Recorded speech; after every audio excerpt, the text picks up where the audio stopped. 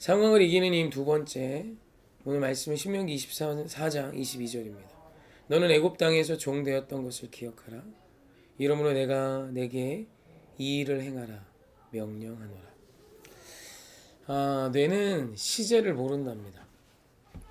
10년 전에 있었던 일을 지금 생각하면 10년 전에 그 있었던 지난 그 일이 오늘 내 마음을 막 기쁘게도 하고 즐겁게도 하고 괴롭게도 하죠.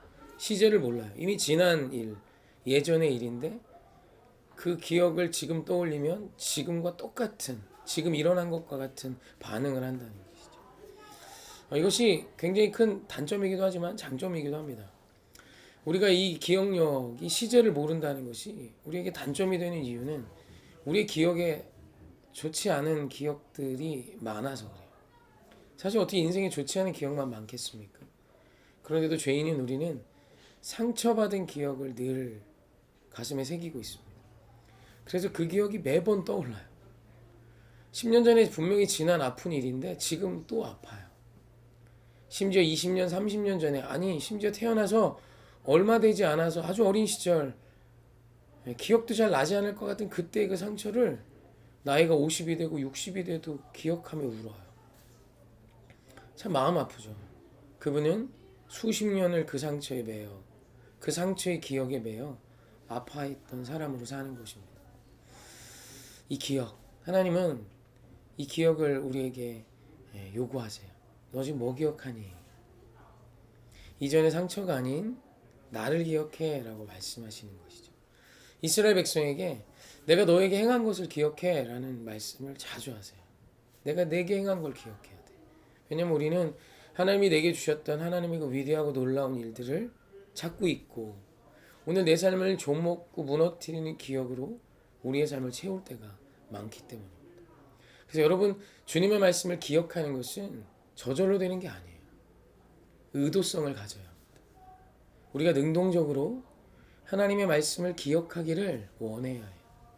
그리고 그 말씀 기억하는 것 앞에 몸부림을 쳐야 합니다. 이 말씀을 들은 시점이면 이제 우리가 추수감사절을 보냈을 것인데, 지금은 이제 절기를 구약처럼 지키진 않지만 그래도 지금 이 시대도 우리가 하나님이 명하신 절기들을 기념하죠.